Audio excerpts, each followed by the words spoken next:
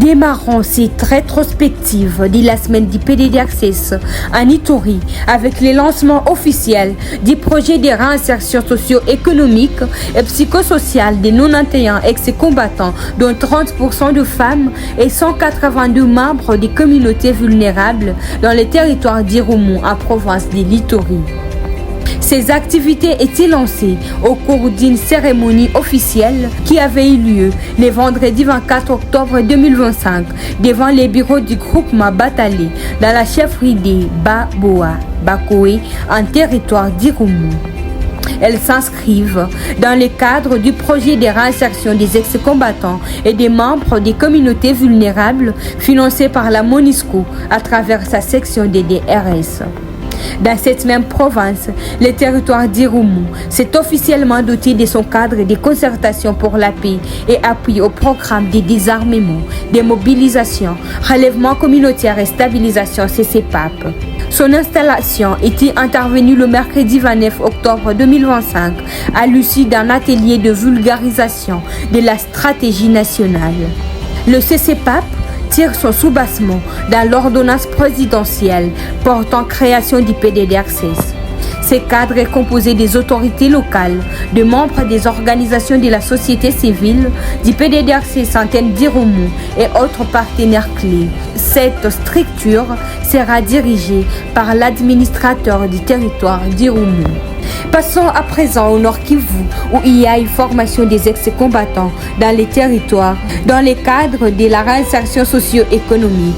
La coordination provinciale du PDD Access Nord Kivu avait organisé du 20 au 22 octobre 2025 une session de formation sur l'agriculture résiliente au climat ARC dans la ville de Beni.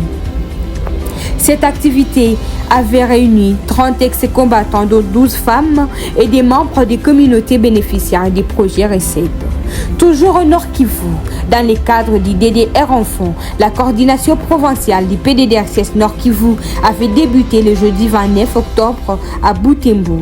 L'atelier de formation des vérificateurs de l'âge de l'enfant, les participants venaient de l'antenne du PDD Access Lubero Butembo. Durant 3 jours, ils ont été formés sur les principes communs de gestion et de mise en œuvre des opérations de retrait des enfants des groupes armés. Ils ont été également outillés sur les mécanismes de réinsertion et de réintégration communautaire des enfants associés aux forces et groupes armés et afghans, ainsi que sur les systèmes de suivi et d'accompagnement post-démobilisation.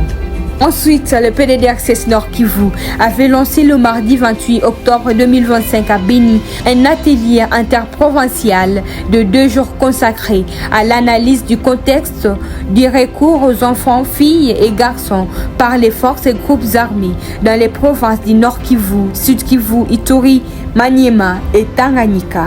Cet atelier interprovincial constitue un cadre d'analyse et de concertation stratégique pour une action coordonnée et renforcée en faveur de la protection des enfants dans l'Est de la République démocratique du Congo. Par ailleurs, au Tanganyika, dans le cadre du projet pilote de réinsertion socio-économique des ex-combattants des territoires de Kalemi et Nyuzu, intitulé Tulime Pamoja, Cultivons ensemble, initié par le PDD Access, la distribution des outils aratoires à 131 bénéficiaires, composés d'ex-combattants et des membres des communautés, dont 37 femmes venaient du village de Kassama et 38 autres du village Moulangue et Kisalaba, avait été lancé le 27 octobre 2025.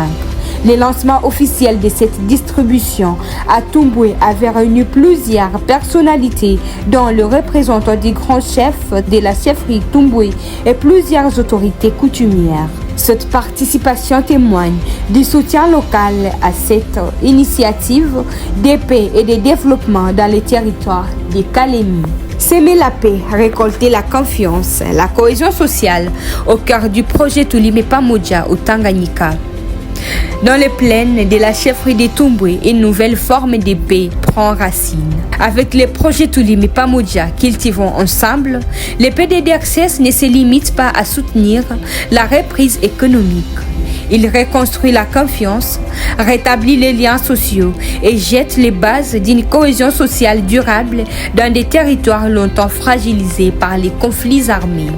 Enfin, à Kinshasa, la coordonnatrice nationale adjointe du PDD Access, chargée des questions techniques et opérationnelles, Madame Marie-Chantal Lumba Chimanga, accompagnée de l'experte en genre, Madame Lorraine Moutou, avait présenté la politique du genre du programme au cours d'une conférence des femmes pour la paix organisée par les gouvernements congolais en partenariat avec la MONUSCO et ONU Femmes, à l'occasion du 25e anniversaire de la résolution 1325 des Nations Unies, le mardi 28 octobre 2025.